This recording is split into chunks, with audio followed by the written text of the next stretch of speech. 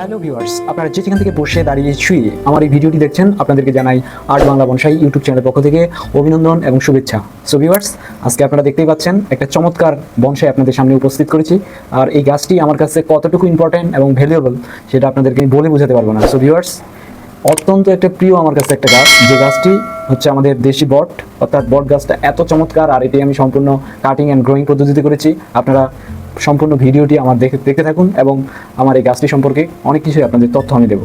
So viewers, আমি গাছটির কিছু কাজ আপনাদেরকে সুন্দরভাবে দেখাতে চাই এবং বলতে চাই। সো আপনারা ধৈর্য সহকারে আমার ভিডিওটি দেখতে থাকেন আর শুনতে থাকুন।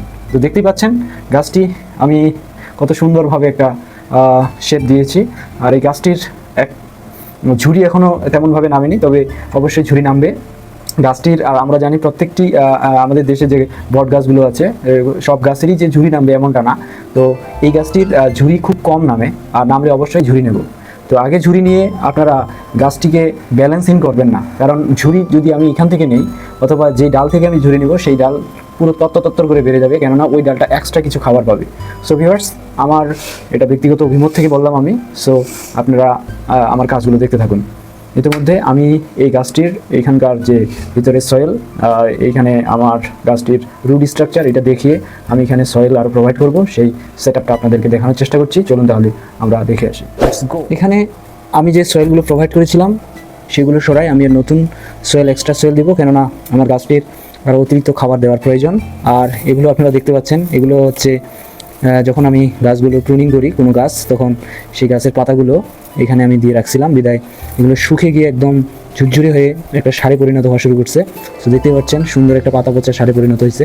সো এইগুলো যে খুব খারাপ তা না। সো এটাকে আরও ইন্টারেস্টিং এবং সুন্দর করে আপনাদেরকে উপস্থাপন করার জন্য আমি এখানে আরও খাবার প্রোভাইড করব এবং ভালো সয়েল আরও প্রোডাক্ট এখানে আমি দেওয়ার চেষ্টা করব, আর সেই কাজটি আপনাদেরকে দেখাতে চাচ্ছি।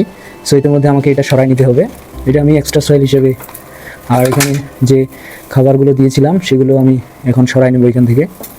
দেখুন এই যে এই মাটিটা যে খুব ভালো তা না, তো সেই জন্যই আমি এখানে নতুন খাবার প্রোভাইড করব। এইগুলো সরাই নিয়ে আমি এক্সট্রা এখানে খাবার দেওয়ার জন্য এই মাটিগুলো সরাই দেব, কেননা এই মাটিটার গুণাগুণ এবং পার্সেন্টেজ দেখুন, গাছটাকে আমার খুব যে ভালো প্রোভাইড করতেছে তা না, একদম মাটিটা চেপে আছে। আপনারা সবসময়, যেহেতু এটি একটি ফাইকাস জাতীয় গাছ, আর এই গাছের ক্ষেত্রে মাটি যত ঝুরঝুরে হবে তত বেশি ভালো, তাহলে আমরা খুব সহজেই এটার রেজাল্ট পাবো। আর দেখুন রুট স্ট্রাকচার হেভি একটা রুট গ্রোয়িং এখানকার। আর এগুলো আমি সবগুলোই এখানকার সরাই দিয়ে নতুন মাটি। আমি এই কাজটি করছি এই জন্যই, কারণ এখন প্রায় বর্ষার শেষের দিকে, শীত এখনও শুরু হয়নি, নভেম্বর মাসের মাঝামাঝিতে শুরু হবে। তো এই জন্যই আমি এই মাটিগুলো সরাই, আবার নতুন মাটি এখানে দেবো, যাতে করে গাছটি একটা সুন্দর খাবার পায়। রুটের বিন্যাস আমি একটু আপনাদেরকে সুন্দরভাবে দেখানোর চেষ্টা করি। ভিউয়ার্স দেখুন, আমি এখান থেকে সমস্ত মাটি সরিয়ে নিয়েছি, যে অতিরিক্ত সয়েলটা দিয়েছিলাম। এখন আমি এখানে আরও নতুন বনসাই সয়েল প্রোভাইড করব, যাতে করে গাছটি আরও বেশি হেলদি এবং সুস্থবান গাছে পরিণত হবে। আর আপনারা দেখতেই পাচ্ছেন গাছটি এত সুন্দর, এবং ভিতরের স্ট্রাকচার আপনাদেরকে আমি দেখাবো, ব্রাঞ্চ স্ট্রাকচার আপনারা দেখে খুবই মুগ্ধ হয়ে যাবেন। তো চলুন।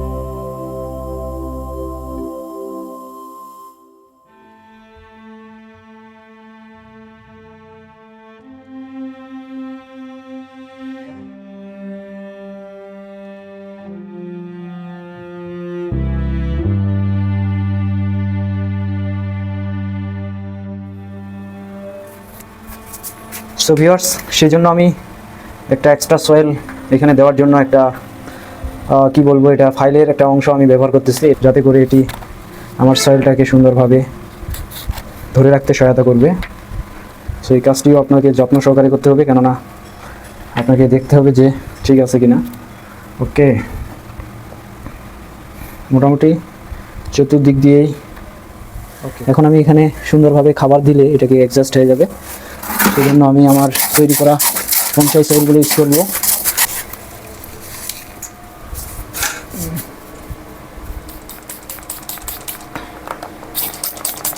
চেষ্টা করি। সো হেভি, আর এটাকে আমি একটু ব্রাশ দিয়ে ঘষে দেওয়ার চেষ্টা করবো। এগুলো একটু কালো কালো, আর সুন্দরভাবে ব্রাশ দিয়ে ঘষে দিলে ভালো লাগবে। আমি এই টুথব্রাশটি দিয়ে আমার গাছটিকে সুন্দরভাবে পানি দিচ্ছি, আর এভাবে সুন্দরভাবে ঘষে ঘষে ঘষে ঘষে ঘষে ময়লাগুলোকে সরানোর চেষ্টা করছি। দেখুন একদম কত চকচকে ঝকঝকে একটা গাছে। এই গাছগুলো আপনারা, যেহেতু এখন বর্ষা এখন অত বেশি প্রয়োজন নেই, তো আপনারা মাঝে মধ্যেই অর্থাৎ বছরে 2 বার এই কাজটি করতে পারেন, যাতে করে আমাদের বনসাইয়ের শরীরটা অর্থাৎ গাছের যে অংশটা সেগুলো খুব ভালো থাকবে এবং দেখতেও অনেক সুন্দর লাগবে। ভিতরের যে কোয়ালিটি, ব্রাঞ্চ কোয়ালিটি, সেটি আপনাদেরকে দেখানোর চেষ্টা করব। সো অলরেডি দেখছেন প্রত্যেকটি রুটের কোয়ালিটি এবং গ্রামার কত সুন্দরভাবে গাছটি বেড়ে উঠেছে। আর আমরা জানি একটি গাছকে সুন্দরভাবে বনসাই পরিণত করতে হলে আপনাদেরকে খুবই যত্ন এবং ডেডিকেটেড হতে হবে, তা না হলে আপনারা এত সুন্দর একটা বনসাই কখনোই করা সম্ভব না। আর যত্ন তো অবশ্যই। আমরা অনেকেই বলি যে আসলে বনসাইয়ের জন্য খুব ভালো যন্ত্রপাতির প্রয়োজন। আসলে হ্যাঁ, যন্ত্রপাতির প্রয়োজন, কিন্তু এর থেকে আরও বেশি বড় একটা যন্ত্র, সেটা হচ্ছে ধৈর্য। ধৈর্য আপনার যদি না থাকে তাহলে কখনোই আপনি বনসাই তৈরি করতে পারবেন না। ধৈর্যটাই আপনার সবচেয়ে বড় অস্ত্র। আমি যে খুব বেশি ভালো যন্ত্র দিয়ে কাজগুলো করেছি তা না, খুবই নর্মাল যন্ত্র, যেগুলো আমাদের খুবই দামও কম। সো ভিউয়ার্স, এখন আপনাদের চলুন দেখাই ভিতরের আমাদের ব্রাঞ্চ সিস্টেম, যেগুলো আপনারা দেখে খুবই মুগ্ধ হবেন। এবং এখানকার কিছু ব্রাঞ্চ আমাদের সিলেকশন করতে হবে, যাতে করে পাতার কোয়ালিটি দেখুন। আপনারা দেখতে পাচ্ছেন গাছটির এই পাশে একটা ব্রাঞ্চ গেছে, এই পাশে একটা ব্রাঞ্চ, ঠিক মাঝখানে লিডার ব্রাঞ্চ অ্যাপেক্স। আর সম্পূর্ণ এটি কাটিং অ্যান্ড ড্রয়িং পদ্ধতিতে আমি করছি। সো দেখতে পাচ্ছেন কত জায়গায় কাটা অংশ, এবং কি প্রত্যেকটা দেখুন এই ব্রাঞ্চটি আপনারা দেখুন কতভাবে আমি কেটে এইদিকে নিয়ে আসছি। সো ওয়্যার আমি ব্যবহার করিনি।